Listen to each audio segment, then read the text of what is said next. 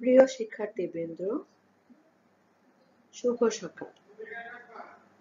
সরকারি বাংলা কলেজ কর্তৃক আয়োজিত অনলাইন ক্লাসে তোমাদের স্বাগত জানাই। আমি হাসিনা খাতুন, সহযোগী অধ্যাপক, ইসলামের ইতিহাস ও সংস্কৃতি বিভাগ। কেমন আছো তোমরা? আশা করছি মহান আল্লাহ তাআলার অশেষ কৃপায় সুস্থ আছো, ভালো আছো এবং নিরাপদে আছো। আজ আমাদের আলোচ্য সূচি হলো প্রাচীন বাংলার জনপদ সমূহ। এই জনপদগুলো কি ছিল? এই জনপদগুলো ছিল পুন্ড্র, পঙ্গ, সূক্ষ্ম, সমতট, কর্ণসুবর্ণ, হরিকেল, গৌড়। এখানে একটি মানচিত্র দেওয়া আছে, সেখানে তোমাদেরকে বোঝানোর চেষ্টা করা হয়েছে যে এই প্রাচীন বাংলার জনপদগুলো, এই যে পুন্ড্র, গৌড়, বরেন্দ্র, বঙ্গ, সমতট, হরিকেলের কোথায় কোথায় ছিল মানচিত্রে তার একটা অবস্থানটা দেখানোর চেষ্টা করা হয়েছে। এখন এগুলো বিশদভাবে ব্যাখ্যা করা হবে।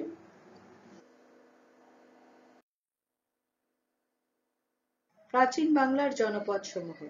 প্রাচীন বঙ্গ বা বাঙ্গালা বহু জনগোষ্ঠীর আবাস স্থল হয়ে বহু জনপদে বিভক্ত ছিল এবং এর এক এক অংশ এক এক নামে পরিচিত ছিল। এর প্রত্যেক অংশ জনপদ নামে খ্যাতি লাভ করেছিল। এই জনপদগুলো হলো গৌড়, সমতট, হরিকেল, পুন্ড্র, বরেন্দ্র, উত্তর রাঢ়, দক্ষিণ রাঢ়, তাম্রলিপ্তি, চন্দ্রদ্বীপ ও বাংলা। মুসলমানদের লক্ষণাবৃত্তি বিজয়ের পূর্বে একটি অঞ্চল ছিল বঙ্গ বা ব্যঙ্গ এবং এটি গঙ্গার পূর্ব দিকে বদ্বীপ নিয়ে গঠিত ছিল বলে অনুমান করা যায়। বঙ্গের দক্ষিণ সীমা ছিল বঙ্গোপসাগর এবং উত্তরে ব্রহ্মপুত্র ছিল বলে উল্লেখ পাওয়া যায়।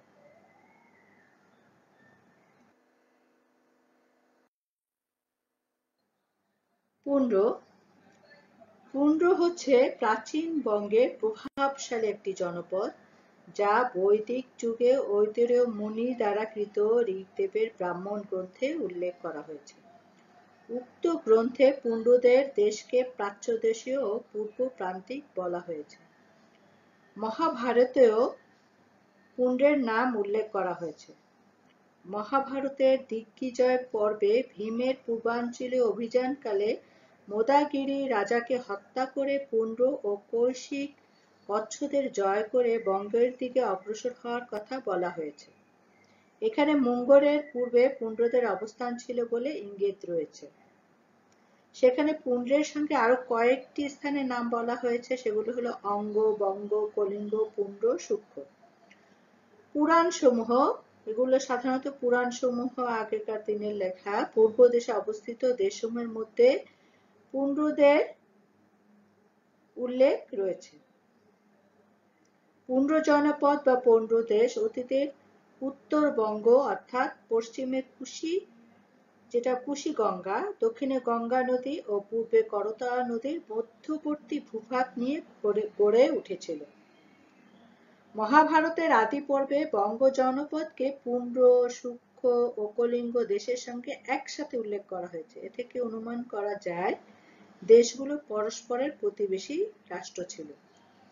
যুধিষ্ঠিরের রাজসূয় যজ্ঞকালে মধ্যম পাণ্ডব ভীমের পূর্বাভিমুখী অভিযান ও দিগ্বিজয় প্রসঙ্গে মহাভারতে যে বর্ণনা রয়েছে তা থেকেও কিন্তু পুন্ড্র দেশের অবস্থান সম্পর্কে অবহিত হওয়া যায়।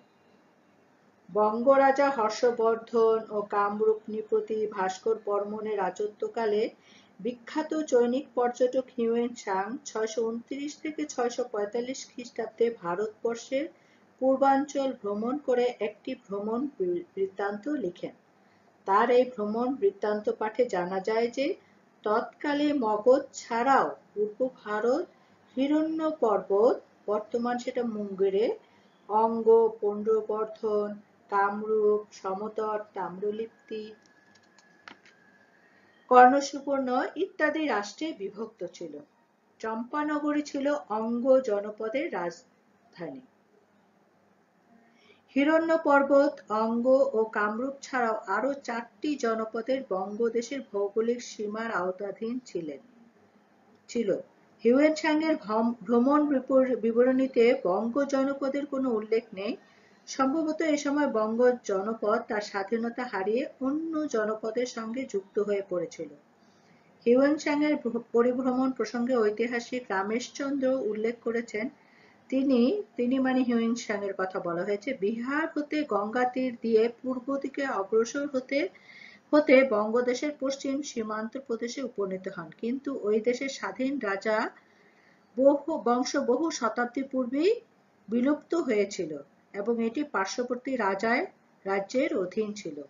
বঙ্গদেশ তখন 5টি রাজ্যে বিভক্ত ছিল, যথা পৌন্ড বা উত্তরবঙ্গ, কামরূপ বা আসাম, সমতট বা পূর্ববঙ্গ, কর্ণসুবর্ণ বা পশ্চিমবঙ্গ এবং তাম্রলিপ্তি অর্থাৎ দক্ষিণ সমুদ্র উপকূল অঞ্চল। উক্ত মন্তব্য থেকে অনুমিত হয় যে প্রাচীন বঙ্গ জনপদের মূল অংশ সমতট রাজ্যের অন্তর্ভুক্ত হয়ে পড়েছিল। হিউয়েন সাংয়ের বিবরণ থেকে আরও দেখা যায় যে তিনি অঙ্গরাজ্য অতিক্রম করে পৌন্ড দেশে উপনীত হন এবং এরপর একটি বিশাল নদীটার নাম কালাতু পার হয়ে কামরূপে উপনীত হয়েছিল। অর্থাৎ কালাতু নদী ছিল কামরূপ এবং পৌন্ড দেশের প্রাচীন সীমারেখা। নিহারঞ্জন রায় এ ধারণার সঙ্গেও একমত। এ থেকে বিশেষ করে বর্তমান মহাস্থানগড় পূর্বোক্ত পুণ্ড্রনগর ছিল বলে প্রায় সকল ঐতিহাসিকই একমত। মহাস্থান ব্রাহ্মী লিপিতে উল্লিখিত পুণ্ড্রনগর সন্ধ্যাকর নন্দীর পৌন্ড্র বর্ধনপুর হিউয়েন সাংয়ের এক ও অভিন্ন এবং তা যে পুণ্ড্রনগর তাও প্রায় নিশ্চিত। প্রাচীন সাহিত্যাদির বর্ণনা, চৌনিক ভ্রমণ পর্যটক হিউয়েন সাংয়ের প্রতিবেদন, অষ্টাদশ শতকের লোককবি রতিরাম কর্তৃক তার কাব্যে এই ঐতিহ্য রক্ষণ এবং সাম্প্রতিককালের মহাস্থানগড়ে প্রত্নতত্ত্ব খননের ফলে প্রাপ্ত যে নিদর্শন ও প্রাচীন কীর্তির অবশেষ পাওয়া যায়, তার থেকেও নিঃসন্দেহে নিশ্চিত হওয়া যায় যে এটাই ছিল পুণ্ড্রনগর। বঙ্গ ইতিপূর্বে তোমাদের বঙ্গদেশ হিসাবে বঙ্গের কথা উল্লেখ করেছি। প্রাচীন বঙ্গদেশের উল্লেখযোগ্য একটি ক্ষুদ্র জনপদ হচ্ছে বঙ্গ। এখানে বঙ্গ বলতে সামগ্রিক বাংলার একটি ক্ষুদ্র অংশকে বোঝানো হচ্ছে। মুদ্রাতত্ত্বের প্রমাণ হতে অবগত হওয়া যায় যে বঙ্গ সামগ্রিক বাংলার একটি বিভাগ। লাকনাবতী টাকশাল হতে প্রবর্তিত রুকন আল-দিন কাইকাউস ও জালাল আল-দিন মুহাম্মদ শাহের মুদ্রায় খোদিত বা বঙ্গের খারাজ হতে মুদ্রিত অংশটি প্রমাণ করে যে বঙ্গ বৃহত্তর বাংলার সামগ্রিক অর্থে ব্যবহৃত না হয়ে ক্ষুদ্র অংশ বিশেষকে নির্দেশ করে। বঙ্গ পুণ্ড্রের মতো ততটা প্রসিদ্ধ না হলেও বঙ্গের কথাও প্রাচীন সাহিত্যে ও গ্রন্থাদিতে উল্লেখ পাওয়া যায়। বিশেষ করে ঐতরেয় আরণ্যকে উদ্ধৃত বঙ্গের কথাও ইতিপূর্বে উল্লেখ করা হয়েছে। মহাভারত ও হরভিংশ বঙ্গ প্রসঙ্গ লক্ষ্য করা যায়। রামায়ণেও কিন্তু এই বঙ্গের কথাটা উল্লেখিত রয়েছে। এসব সূত্র থেকে অনুমিত হয় যে প্রাচীন বঙ্গ জনপদ পুণ্ড্র জনপদের প্রতিবেশী জনপদ ছিল। কৌটিল্যের অর্থশাস্ত্রের প্রাচ্য জনপদ তথা পুণ্ড্র, গৌড়, কামরূপ ইত্যাদির সঙ্গে বঙ্গের উল্লেখ রয়েছে। এতে বঙ্গ কার্পাস বস্ত্র বা বয়ন শিল্পের জন্য বিখ্যাত বলে উল্লেখ করা হয়েছে। বর্তমান বঙ্গদেশের অন্তর্গত যে কটি জনপদের নাম উল্লেখ করেছেন সেগুলো হলো গৌড়, পুণ্ড্র, বঙ্গ, বরেন্দ্র, তাম্রলিপ্তি, সমতট ও উপবঙ্গ।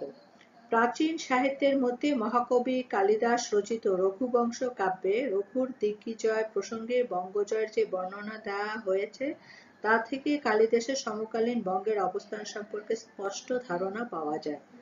পাল ও সেন রাজত্বকালে বঙ্গ পুণ্ড্র বর্ধন ভুক্তির অন্তর্ভুক্ত হয়ে থাকলেও গুপ্ত যুগে বঙ্গ ও পুণ্ড্র দুটি স্বতন্ত্র শাসন বিভাগ ছিল বলে তার প্রমাণ পাওয়া যায়। বঙ্গ জনপদের সীমানা বর্ণনা করতে গিয়ে রমেশচন্দ্র উল্লেখ করেছেন, বর্তমান কালের দক্ষিণ ও পূর্ব বঙ্গ নিয়ে গঠিত ছিল পশ্চিমের ছিল ভাগীরথী, উত্তরে পদ্মা, পূর্বে ব্রহ্মপুত্র ও মেঘনা এবং দক্ষিণে সমুদ্র। এরপরে রয়েছে শুক্ষ। শুক্ষ বঙ্গদেশের প্রাচীন জনপদের মধ্যে একটি অন্যতম জনপদ। শুক্ষ নামটি প্রাচীন অনেক সাহিত্যাদিতে বহুল উল্লেখিত। এ থেকে ধারণা করা যায় বঙ্গ, পুণ্ড এবং শুক্ষ পরস্পর প্রতিবেশী জনপদ। মহাভারতে উল্লেখ করা হয়েছে ভীমের দিগ্বিজয় ছাড়াও দুর্যোধন মিত্র কর্ণ, যিনি অঙ্গদেশের শাসনাধিপতি ছিলেন, শুক্ষ, পুণ্ড ও বঙ্গ জয় করে বঙ্গকে নিজ রাজ্যের অধীনে নিয়ে এসেছিলেন।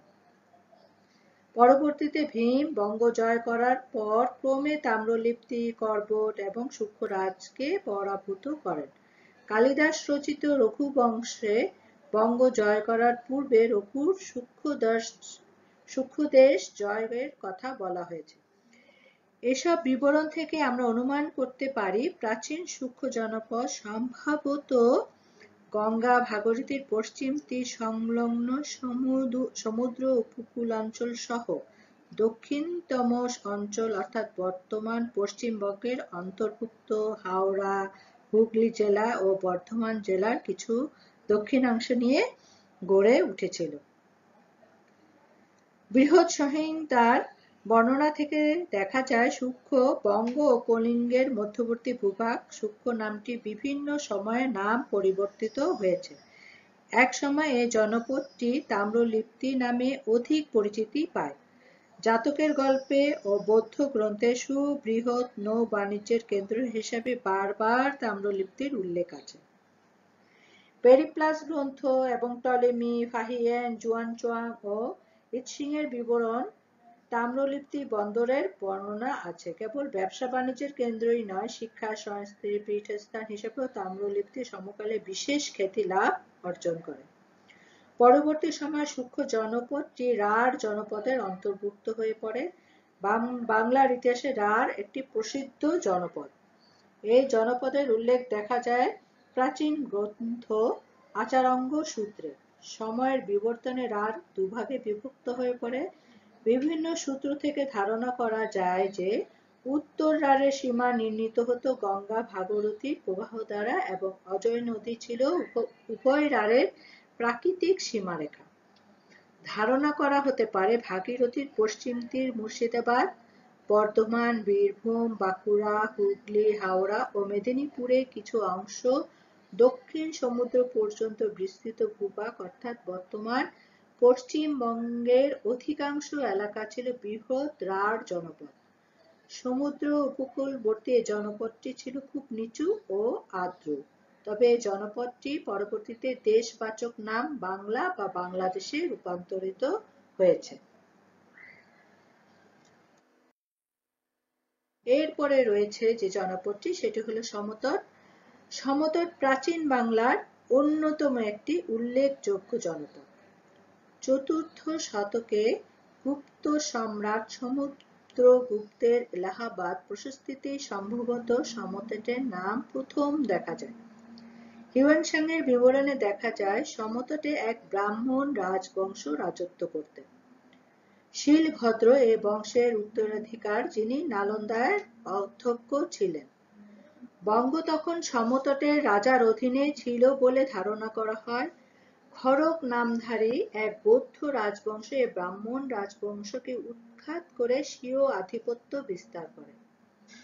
ঢাকায় আশরাফপুর এবং কুমিল্লার দেউলবাড়িতে প্রাপ্ত দুটি তাম্রলিপিতে খড়গোত্তম, তার ছেলে জাত খড়গ এবং তার ছেলে দেব খড়গ এই তিনজন রাজার নাম পাওয়া যায়।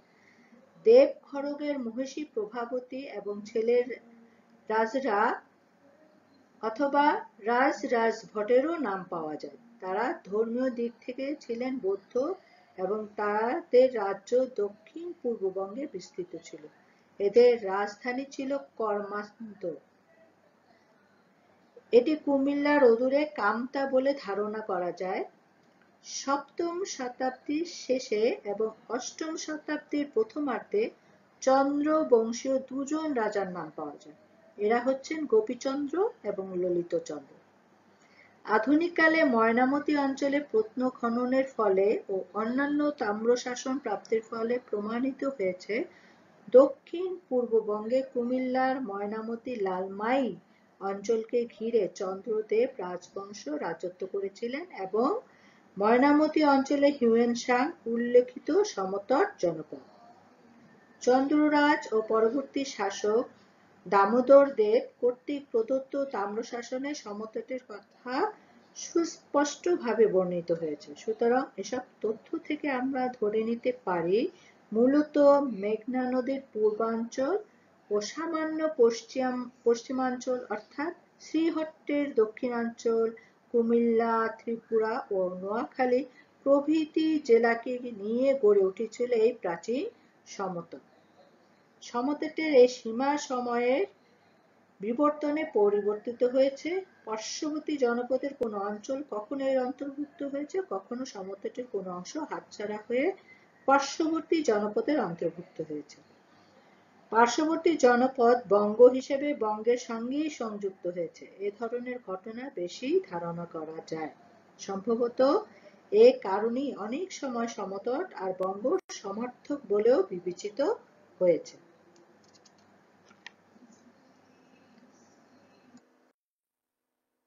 কর্ণ সুবর্ণ। হিউয়েন-সাং সমতট অতঃপর তাম্র লিপ্তি হয়ে কর্ণ সুবর্ণ জনপদে প্রবেশ করেছিলেন। তার বর্ণনা অনুসারে কর্ণ সুবর্ণের অবস্থান তাম্রলিপ্ত থেকে 140 মাইল উত্তর-পশ্চিমে। কর্ণ সুবর্ণের কমপক্ষে 10টি বৌদ্ধবিহার বা শঙ্করাম ছিল, যেখানে 2000 আচার্য বাস করতেন। রাজ্যের অবস্থানিক বিবরণ সূত্রে ধারণা করা যায় বর্তমান মুর্শিদাবাদ, বীরভূমের উত্তরাঞ্চল ও মালদহের কিছু অংশ নিয়ে ছিল কর্ণ সুবর্ণ জনপদের বিস্তার। হিউয়েন-সাংয়ের বিবরণ অনুযায়ী রাজা শশাঙ্ক ছিলেন কর্ণ সুবর্ণের সম্রাট। রাজা শশাঙ্ক গৌড়েশ্বর হিসেবে সমধিক পরিচিত ছিলেন। হর্ষচরিতেও তাকে গৌড়েশ্বর অভিধায় সম্বোধন করা হয়েছে বিধায় ধারণা করা যায় যে কর্ণ সুবর্ণ প্রশাসনিকভাবে স্বাধীন থাকলেও এটি বৃহৎ গৌড়ের অন্তর্ভুক্ত ছিল। টলেমি রচিত ভূগোল বৃত্তান্ত গ্রন্থে কর্ণ সুবর্ণ জনপদের তথ্য অবগত হওয়া যায়। টলেমির বর্ণনা অনুযায়ী ওই সময় বঙ্গদেশে কাটিসিনা যেটা কর্ণ সুবর্ণ, তামালতিস তাম্র যেটাকে বলা হয় তাম্রলিপ্তি ও গঙ্গারিডি মানে গঙ্গারারি প্রভৃতি স্বতন্ত্র জনপদের অস্তিত্ব অবগত হওয়া যায়।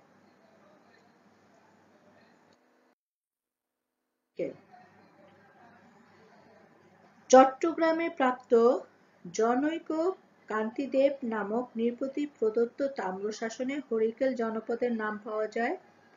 চৈনিক পরিব্রাজক ইত সিং এর মতে হরিকেল ছিল প্রাচ্য দেশের পূর্ব সীমায় অবস্থিত জনপদ। কবি হেমচন্দ্র হরিকেলকে বঙ্গের একটি শহর বলে উল্লেখ করেছেন। এই জনপদটি চন্দ্রদ্বীপ বা বাকেরগঞ্জ অঞ্চলের সংলগ্ন ছিল।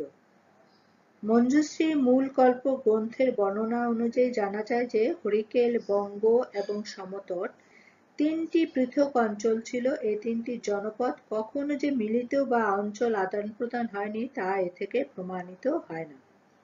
প্রকৃতপক্ষে সপ্তম ও অষ্টম শতক হতে দশম ও একাদশ শতক পর্যন্ত হরিকেল একটি স্বতন্ত্র রাজ্য ছিল, কিন্তু ত্রিলোক্যচন্দ্রের চন্দ্রদ্বীপ অধিকারের পর হতে হরিকেলকে মোটামুটি বঙ্গের অংশ বলে ধারণা করা হয়। হরিকেল শ্রীহট্ট জেলা পর্যন্ত বিস্তৃত ছিল। শ্রীহট্ট সিলেটের পূর্ব নাম বলে স্বীকৃত।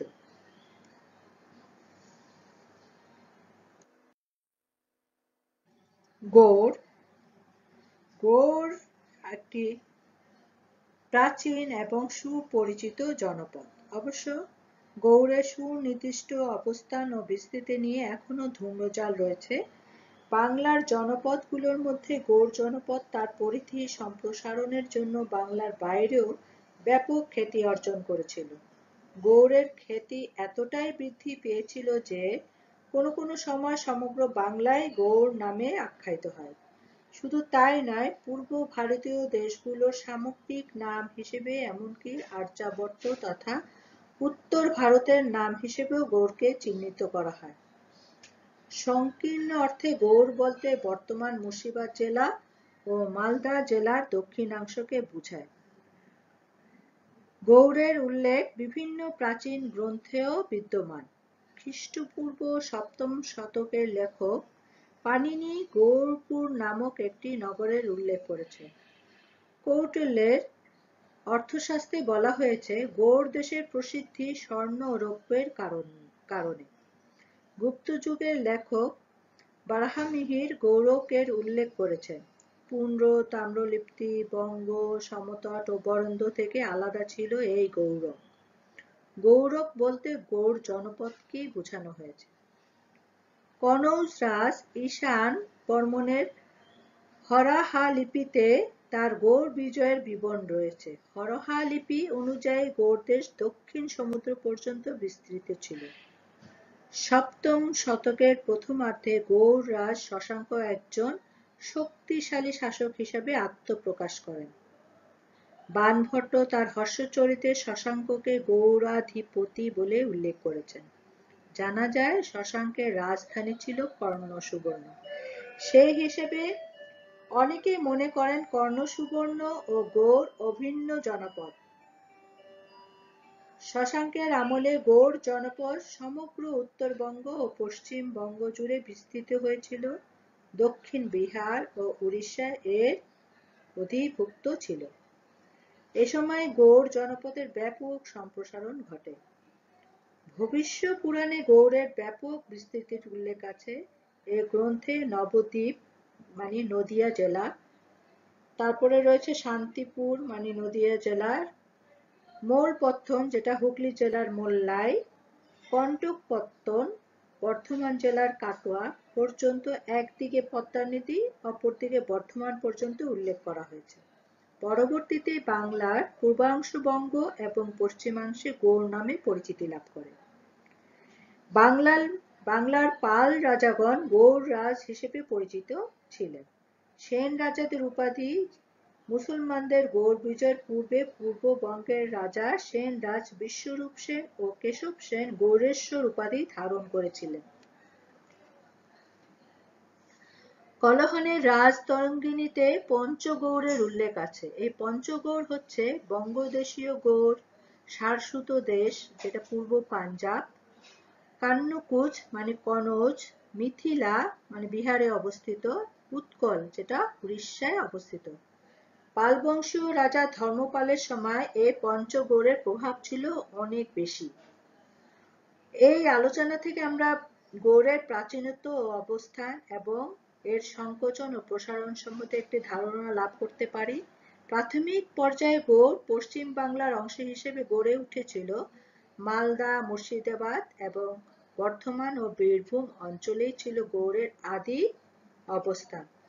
পরবর্তীকালে সমগ্র পশ্চিমবঙ্গ এবং সমগ্র বঙ্গদেশ গৌড় নামে পরিচিতি অর্জন করে। এমনকি আর্যাবর্তেও গৌড়ের প্রভাব বিস্তৃত হয়। শুধু তাই নয়, সাহিত্য ও সংস্কৃতিতেও গৌড়ের অবদান ছিল।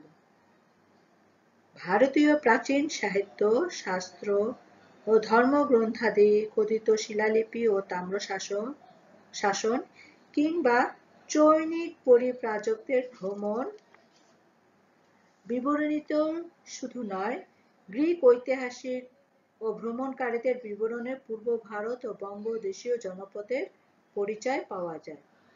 ভারতবর্ষের পূর্বাঞ্চলে খ্রিস্টের জন্মের পূর্বেও শক্তিশালী রাষ্ট্র ব্যবস্থা গড়ে উঠেছিল। তা গ্রিক বীর আলেকজান্ডারের ভারতবর্ষ আক্রমণ ও গ্রিক ঐতিহাসিকদের বিবরণ থেকে আমরা জানতে পারি। সম্রাট আলেকজান্ডার খ্রিস্টপূর্ব 326 অব্দের শেষ দিকে পাঞ্জাবে বিতস্তা নদীর তীরে উপনীত হয়েছিলেন। সমসাময়িক কালে গঙ্গা তীরবর্তী বর্তমান বিহার, উত্তরবঙ্গ, পশ্চিম ও দক্ষিণবঙ্গকে নিয়ে প্রাচীন ও গঙ্গারিডি বা গঙ্গা হৃদয় বা গঙ্গারারি রাষ্ট্র নিয়ে একটি যুক্ত রাজ্য গড়ে উঠেছিল। নাম থেকে মনে হয় গঙ্গার তীরে অবস্থিত রাঢ় দেশই ছিল গঙ্গারারি বা গঙ্গারিডি। হেলেনিক ইতিহাসবিদদের কথিত গঙ্গারিডি রাষ্ট্র অর্থাৎ পশ্চিম ও দক্ষিণ বঙ্গকে নিয়ে গঙ্গারারি নামে রাষ্ট্র ব্যবস্থা যে অতি প্রাচীন বলে অনুমিত হয়। সাম্প্রতিক কালে পশ্চিমবঙ্গের রাঢ় অঞ্চলে এবং কলকাতার আশেপাশে 24 পরগনা সহ দক্ষিণাঞ্চলে প্রত্নসন্ধান ও প্রত্নখননে প্রাপ্ত সামগ্রী থেকে এ ধারণাকে আরো বেশি প্রতিষ্ঠিত করে। আলোচনা ও তথ্যসূত্র থেকে জানা যায় যে সপ্তম শতাব্দীতে রাজা শশাঙ্ক প্রাচীন বঙ্গদেশের সিংহভাগই অর্থাৎ পুন্ড্র, বর্ধন, প্রাচীন গৌড়, দক্ষিণবঙ্গ, উৎকল এবং হয়তো বঙ্গেরও বেশ কিছু অঞ্চল তার শাসনাধীনে এনে গৌড় নামে একটি একক রাজ্য স্থাপন করেছিল। হর্ষচরিতে শশাঙ্ককে গৌড়েশ্বর নামে অভিহিত করা হয়েছে। এরপর থেকেই বঙ্গদেশ বলতে প্রধানত 3টি জনপদকে বোঝানো হতো। এগুলো হলো পুন্ড্র, গৌড় এবং বঙ্গ। ক্রমবিবর্তনে পুন্ড্র নামটিও গৌড় ও বঙ্গের মধ্যে একীভূত হয়ে যায়। জনপদ হিসেবে বঙ্গ স্বতন্ত্র অস্তিত্ব দীর্ঘদিন ধরে রাখলেও প্রাচীন বঙ্গদেশ গৌড় দেশ নামে একক সত্তায় বিকশিত হয়েছিল। পুন্ড্র থেকে সমতটবাসীদের সবার পরিচিত ছিল গৌড়বাসী বা গৌড়ীয় হিসাবে। পাল ও সেন নৃপতিগণ সমগ্র বঙ্গদেশে শাসন পরিচালনা করলেও নিজেদের গৌড়েশ্বর ভাবতেই বেশি গর্ববোধ করতেন। এমনকি প্রকৃত গৌড় অঞ্চল থেকে বিতাড়িত হয়েও পূর্ববঙ্গে একটি সীমিত অঞ্চলে রাজত্বকারী সেন রাজারা গৌড়েশ্বর উপাধি পরিত্যাগ করেননি। কিন্তু পরবর্তীতে বঙ্গ নামটি গৌড়ের চেয়েও বেশি প্রভাবশালী হয়ে ওঠে। মুসলিম যুগের প্রারম্ভিক স্তরে অর্থাৎ ইখতিয়ার উদ্দিন, মুহাম্মদ বখতিয়ার খিলজি বঙ্গ বিজয়ের অব্যবহিত পরে মুসলিম বঙ্গের প্রশাসনিক বিভাগ ছিল বঙ্গ, রাঢ়, বাগড়ি ও বরেন্দ্র, যেটা বরিন্দ বলা হয়। প্রসঙ্গত উল্লেখ্য যে পুন্ড্র জনপদ ক্রমশ শাসনতান্ত্রিক বিভাগে পরিণত হয় এবং এর উত্তরোত্তর সীমা বৃদ্ধির ফলে সম্ভবত গুপ্ত আমলে এর প্রশাসনিক একক হিসাবে নাম হয় পুন্ড্রবর্ধন। প্রাচীন পুন্ড্র জনপদটি ক্রমে পাল আমল থেকে বরেন্দ্রী নামে জনপ্রিয় হয়ে ওঠে। পাল আমলে 10ম শতাব্দীতে বরেন্দ্র নামক জনপদের উল্লেখ দেখা যায় কবি সন্ধ্যাকর নন্দী রচিত রামচরিতামৃত নামক কাব্য গ্রন্থে। সেখানে কবির প্রশস্তিতে আছে: বসুধা শির বরেন্দ্রী মণ্ডল চূড়মণি কুল স্থানম শ্রী পুন্ড্র বর্ধনপুর প্রতি পুণ্য ভব্য হদ্দটু। রামচরিত কাব্যে ও কোমল তাম্রশাসনে বরেন্দ্রীকে পালদের জনকভূ অর্থাৎ পিতৃভূমিরূপে অভিহিত করা হয়েছে। সেন ও পাল রাজাদের বিভিন্ন তাম্রশাসন ও উৎকীর্ণ লিপি থেকে যে বর্ণনা পাওয়া যায় তা থেকে মনে হয় যে বর্তমান দিনাজপুর, বগুড়া, রাজশাহী ও পাবনার কিছু অংশ নিয়ে প্রাচীন বরেন্দ্রভূমি গড়ে উঠেছিল। আর মুসলিম শাসনে এই বরেন্দ্রী মধ্যযুগীয় বরেন্দ্র জনপদে পরিণত হয়। তাবাকাতে নাসিরিতে দেখা যাচ্ছে যে এমনকি ত্রয়োদশ শতকেও বাংলার বিভাগ হচ্ছে রাঢ়, বরেন্দ্র, সনকনাট বা সমতট বা বঙ্গ। মুদ্রায় উৎকীর্ণ তথ্য থেকেও প্রমাণিত হচ্ছে বঙ্গ বলতে সমগ্র বঙ্গভাষী অঞ্চল নয়, একটি অংশকে বোঝানো হচ্ছে। তাহলে আজ আমরা জানতে পারলাম যে প্রাচীন জনপদ গুলো বিশদভাবে আলোচনা করলাম। পুন্ড্র, সূক্ষ্ম, সমতট, গৌড়, এই জনপদগুলো তোমরা বাসায় ভালো করে পড়বে। আজ এ পর্যন্তই। ছবি দেওয়া হয়েছে সে সময় গৌড় জনপদটি কেমন ছিল, এর অনেকগুলো ছবি আছে, সেখান থেকে একটা ছবি তোমাদের দিয়েছি, যে গৌড়ের একটা ছবি দিয়েছি, দেখতে পাচ্ছ তোমরা। তাহলে বাসায় এটা তোমাদের খুবই গুরুত্বপূর্ণ একটা প্রশ্ন।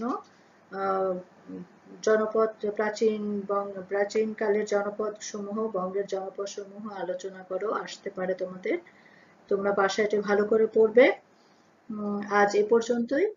সকলকে ধন্যবাদ সাথে থাকার জন্য।